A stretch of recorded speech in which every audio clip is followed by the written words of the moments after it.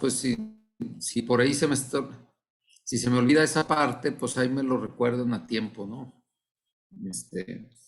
Al empezar. Muy bien, vamos pues a continuar. Entonces estábamos hablando de esto, de las hormonas peptídicas.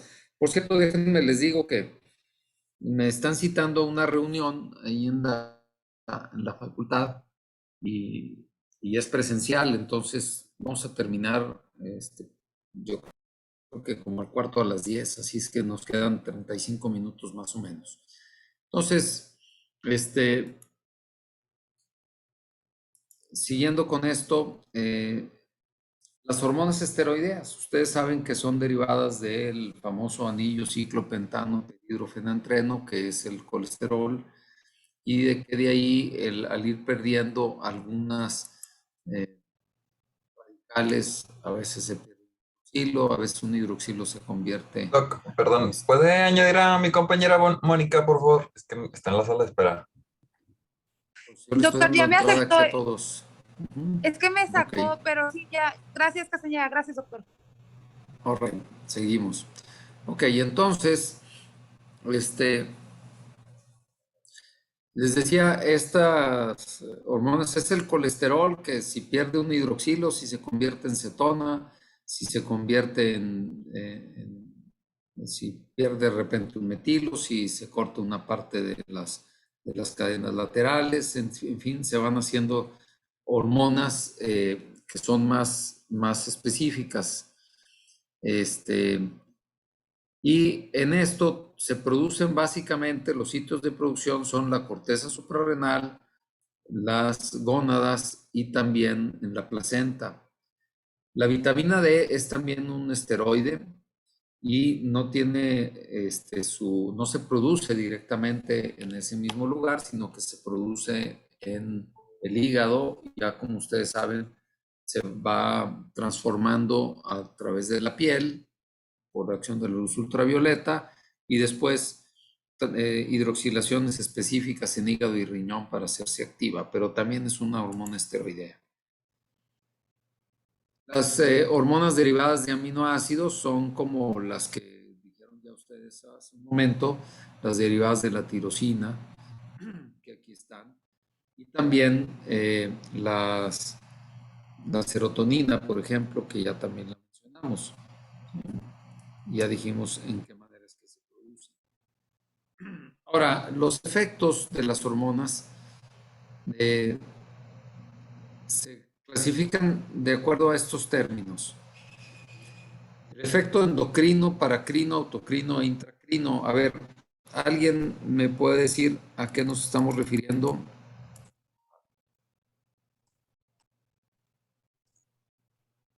Al sitio donde actúan.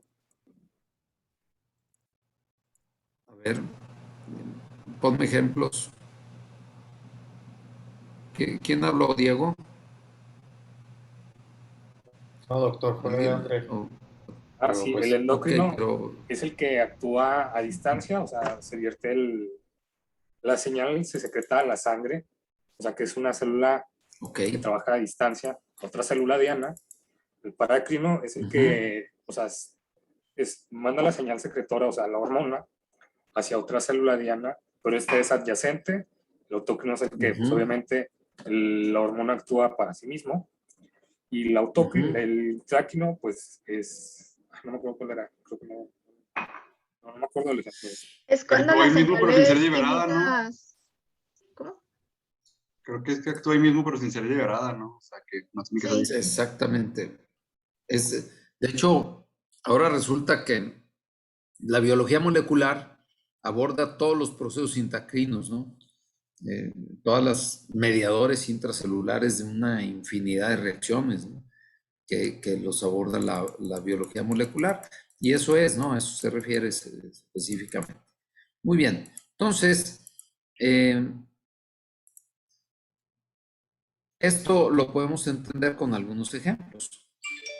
Pues efectivamente, como ya lo dijeron ustedes, lo endocrino se refiere al término común de hormona que era liberado a la circulación, lo que sería algo así. Se libera de una una célula en algún sitio, circula y alcanza un sitio distante. Esto ocupa para muchas hormonas, ¿no? Por ejemplo, todas las hormonas tróficas como la TSH, la FSH, la LH, llevan a cabo esa acción, pero muchas otras también, ¿no?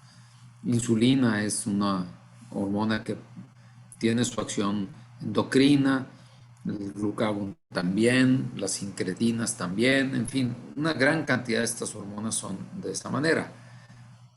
Algunas tienen esa función doble. La paracrina es sobre las células adyacentes, utiliza el espacio intersticial.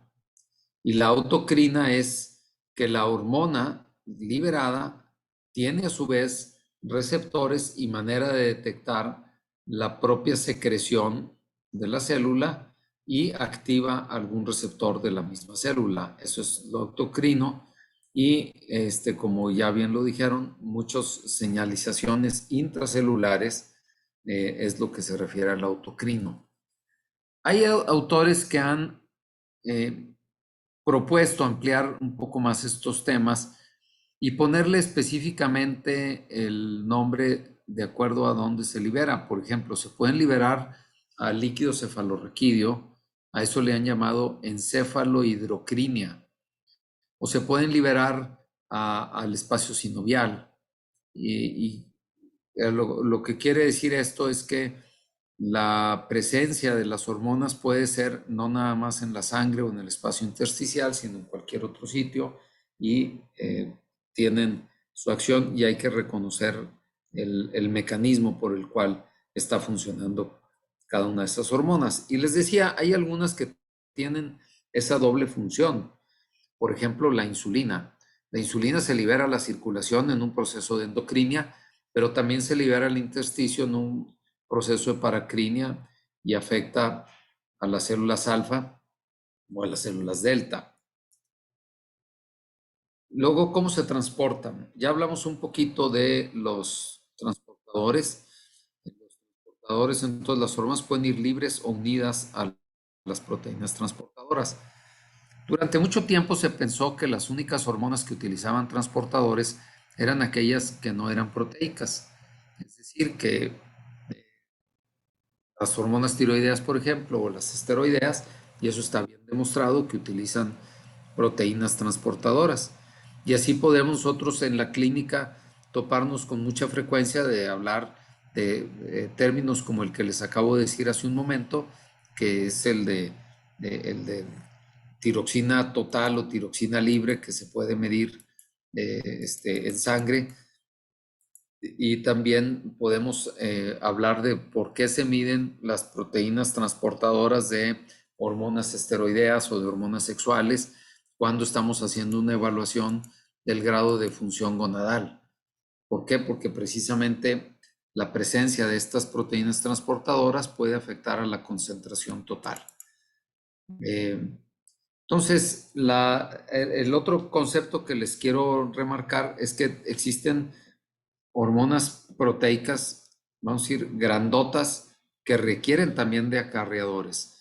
En esos casos, estos acarreadores o transportadores o binding proteins parecen darles también una cierta importancia para el reconocimiento de la hormona por algunos de sus receptores.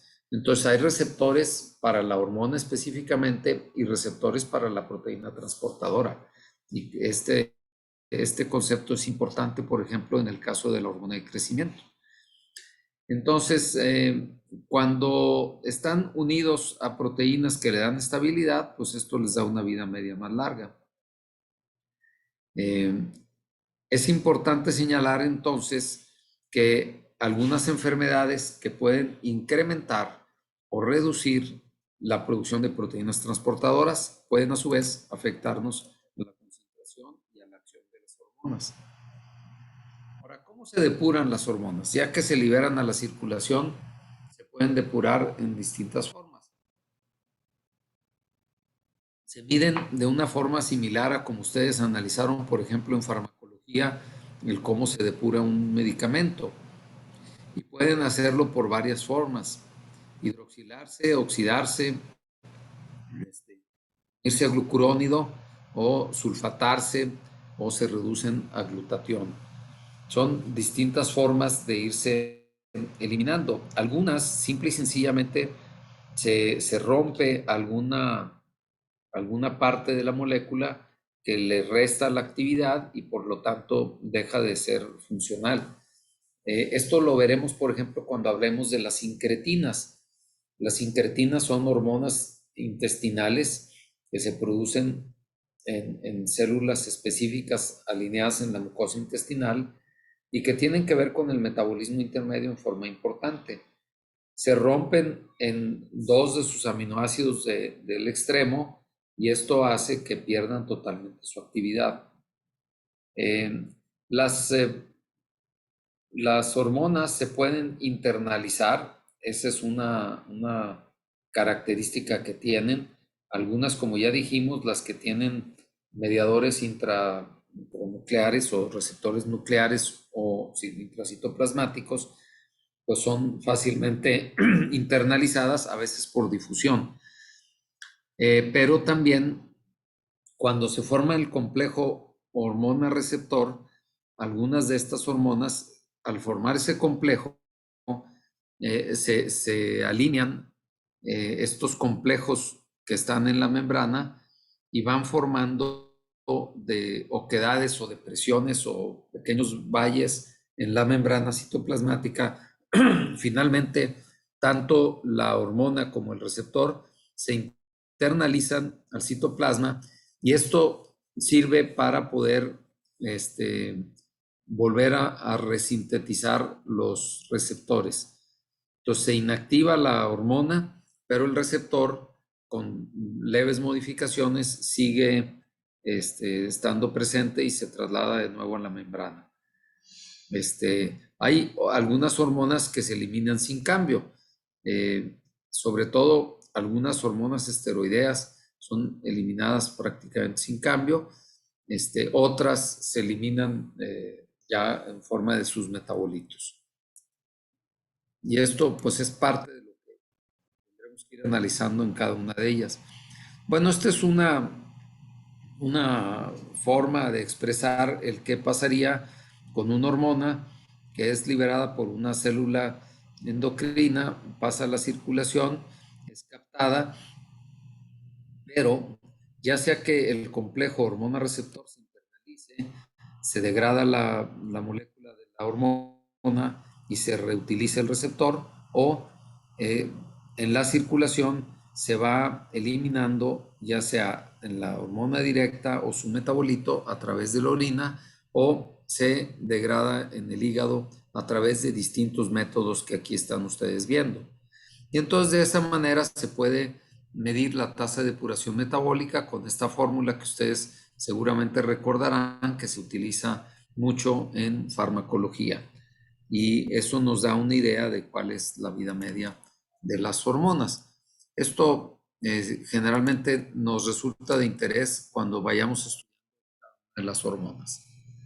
Ahora, cuando las hormonas actúan en receptores, nosotros vamos a toparnos con varios fenómenos que van a dictar su acción. Uno es la afinidad. La afinidad es con qué facilidad la hormona se une, se separa del receptor. Perdón, más bien es con qué afinidad se une al receptor, o sea, qué tanto se encuentran y realmente el receptor y la hormona que están diseñados uno al otro se reconocen con facilidad. Esto a veces nos lleva al concepto de las acciones cruzadas. Cuando tenemos nosotros una acción similar de una hormona u otra, porque existe unión con menor afinidad al receptor. Ejemplos, hablábamos de las 4 hormonas glucoproteicas. A ver, nada más para saber si no se están quedando dormidos. ¿Quién me puede decir cuáles son las hormonas glucoproteicas que acabamos de mencionar? A ver, Pamela Rey, hace rato estabas muy callada.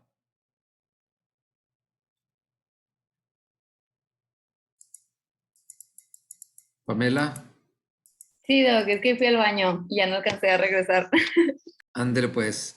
Pero bueno, ¿me puedes decir cuáles son las hormonas glucoproteicas?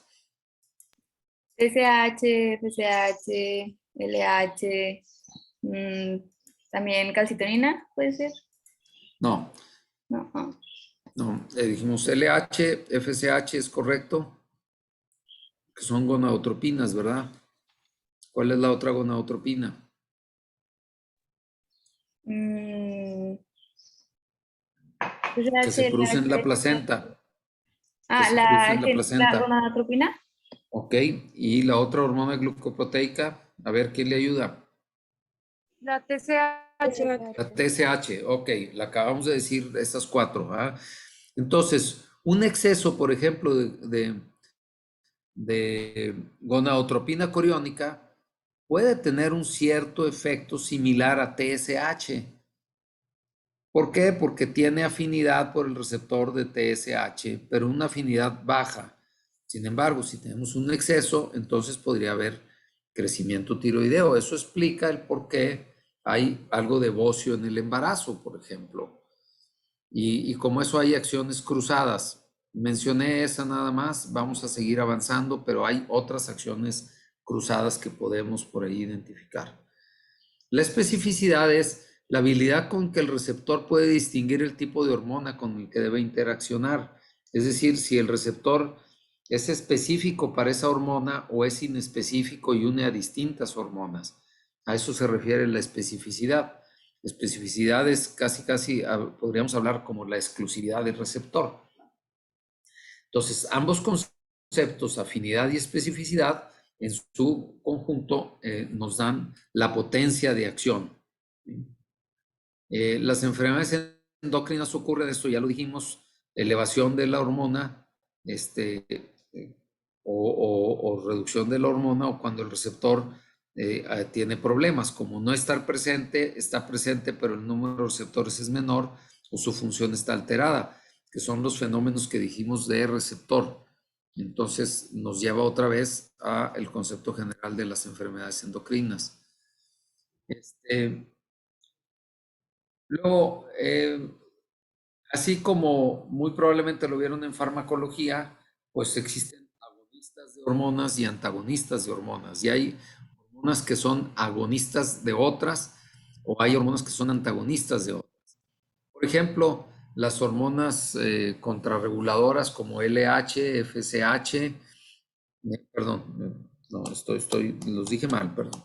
Las hormonas contrarreguladoras de la insulina como glucagón, como adrenalina, como cortisol, son antagonistas de la insulina, pero son antagonistas funcionales, no porque actúen en el mismo receptor, sino porque tienen que ver con una acción antagónica. Por ejemplo, la insulina reduce la producción hepática de glucosa, mientras que el glucagón aumenta la producción hepática de glucosa. Ahí hablamos de un efecto antagónico. Y los efectos agonistas es el que podrían tener esas hormonas entre sí. Por ejemplo, tanto el glucagón como el cortisol estimulan la extracción de glucosa a partir del hígado y entonces son agonistas, aunque sus mecanismos de acción utilicen.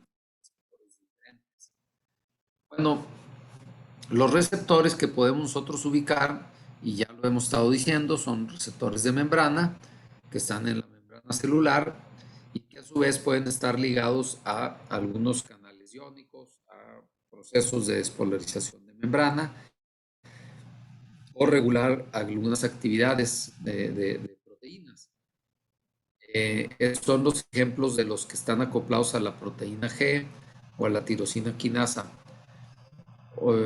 O receptores ligados directamente a quinasa. Ahorita vamos a ver ejemplos, pero fíjense, para decir cómo actúa una hormona en el receptor, no basta con que se una, así como aquel ejemplo que nos ponían como la llave de la cerradura que embona bien y entonces ya dices, pues estos dos embonan bien y se llevan bien y por lo tanto se puede unir, sino que sucede después de la unión de la hormona a su receptor y generalmente ocurren procesos que tienen que ver con obtención de energía o activación proteica. ¿Qué proteínas? Pues las proteínas intracelulares. Esas proteínas intracelulares pueden ser enzimas o pueden ser otros mediadores o puede ser una cascada de fosforilaciones en cadena que nos van dando la acción que se pretende. Y vamos a verlo en estos ejemplos. Fíjense, todos estos son receptores de membrana y que los podemos clasificar así de esta manera muy general. Todos ellos, si se fijan, tienen una, que llamamos un dominio transmembrana, que está integrado por dos cadenas o más de dos cadenas, como puede ser esta que tiene 7 dominios transmembrana, pero la mayoría tienen 2 dominios transmembrana, que es esta parte que los fija a la membrana. Y tenemos los dominios extracelulares y los dominios intracelulares. Los dominios intracelulares son los que van a activar a otras proteínas intracelulares, generalmente a través de fosforilaciones que ponen en actividad a estas proteínas. ¿Qué sucede en el exterior? Son los sitios de reconocimiento de la hormona. Y aquí tenemos varios ejemplos de ellos. Por ejemplo, en este tipo de receptor tenemos un solo sitio de reconocimiento a la hormona. El otro dominio transmembrana termina en un sitio extracelular no activo. ¿Qué pasa cuando se une la hormona al receptor? Lo que va a suceder es que hace una serie de transformaciones que finalmente modifican la parte intracelular o el dominio intracelular del receptor. Aquí tenemos el ejemplo de distintos mediadores que tienen que ver en distintas acciones. Y tenemos por fuera los ejemplos de cuáles serían algunas de las hormonas que pueden participar en esto. Por ejemplo, aquí varios de los mediadores de inflamación, como el factor de necrosis tumoral, tumoral, algunas, ¿cómo se llama? Algunas, se me fue el nombre ahorita de las, bueno, otras hormonas mediadoras de las interleuquinas, por ejemplo, tienen acciones parecidas a estas. Algunas citoquinas o hormona de crecimiento prolactina tienen estos mecanismos de acción. Una gran cantidad de hormonas utilizan receptores de este tipo que se llaman receptores acoplados a proteína G y que tienen 7 dominios transmembrana. Otras, este es el ejemplo de la insulina y factores de crecimiento que tienen unidades, sus 2 unidades bien separadas y tienen procesos de autofosforilación intracelular. Todo esto es para activar proteínas intracelulares y lo cual nos va a dar la secuencia pues de las acciones. Son distintos tipos de receptores y solamente para ejemplificarlos. Cuando analicemos hormona por hormona, vale la pena revisar cuál es en particular el que al cual nos estamos. Los receptores intracelulares son receptores que pertenecen a una superfamilia de receptores esteroideos. De ellos, identificamos que son receptores nucleares que regulan transcripción genética y síntesis de proteínas. Son los ejemplos de hormonas tiroideas, la vitamina D y los esteroides como cortisol, como aldosterona, como distintas hormonas esteroideas, estrógenos, progesterona, por ejemplo. Entonces, que también son sumamente importantes y relevantes. ¿Ok? Cómo actúan algunos receptores intracelulares, muchos de ellos tienen acarreadores intracitoplasmáticos que facilitan ya su acción directa sobre el receptor nuclear.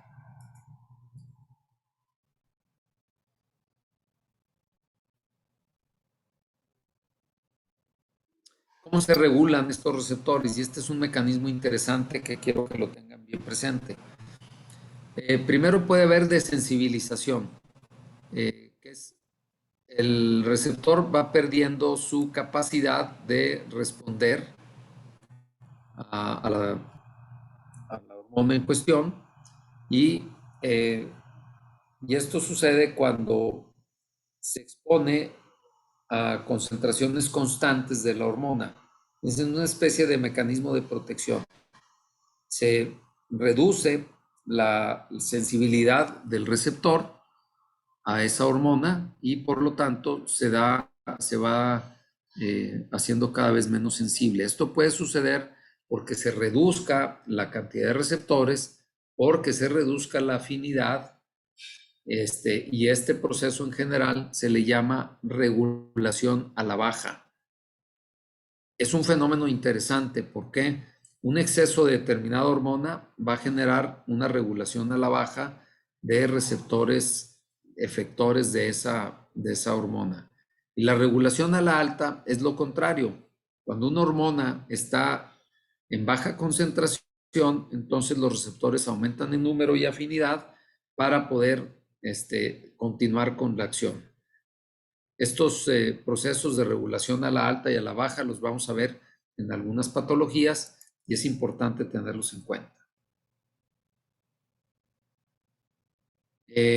Y otra de las cosas importantes, las hormonas no son moléculas que se mantengan en concentración estable durante todo el día. Generalmente van subiendo y bajando su concentración. Entonces, durante el día, los sistemas hormonales están interactuando con otros sistemas también hormonales, neurales, aspectos nutricionales o medioambientales. Y esto se traduce pues en los famosos ciclos circádicos de la liberación de hormonas. Por ejemplo, esta es el cómo se produce el cortisol. Por supuesto, el cortisol no se manda solo, sino que está respondiendo a las concentraciones de la hormona adrenocorticotrópica que proviene de la hipófisis, esta a su vez de influencias hipotalámicas. Pero vean ustedes la resultante si medimos el cortisol. Generalmente en las horas de la mañana es más alto que en las horas de la tarde y luego otra vez en la madrugada vuelve a aumentar la concentración de cortisol para amanecer elevado todas las mañanas. Esto es lo que llamamos el ritmo circádico de cortisol.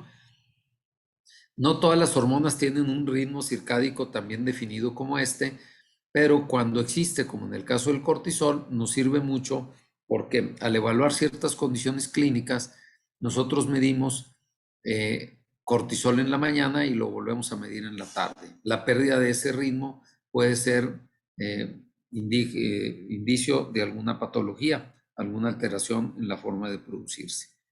Vamos a ver otros ejemplos de esto mismo que tienen que ver con las fases del sueño. Esto es las fases durante el tiempo que el sujeto está durmiendo y estas son las concentraciones de hormona de crecimiento. El sueño, el patrón de sueño nos va identificando ondas cerebrales que se reconocen como las ondas que nos va identificando más bien las etapas del sueño, la etapa 1 hasta la etapa 5. La etapa 5 es la de movimientos oculares rápidos. La 1 y la 2 vamos a decir que es un sueño superficial. La 3 y la 4 es el sueño profundo.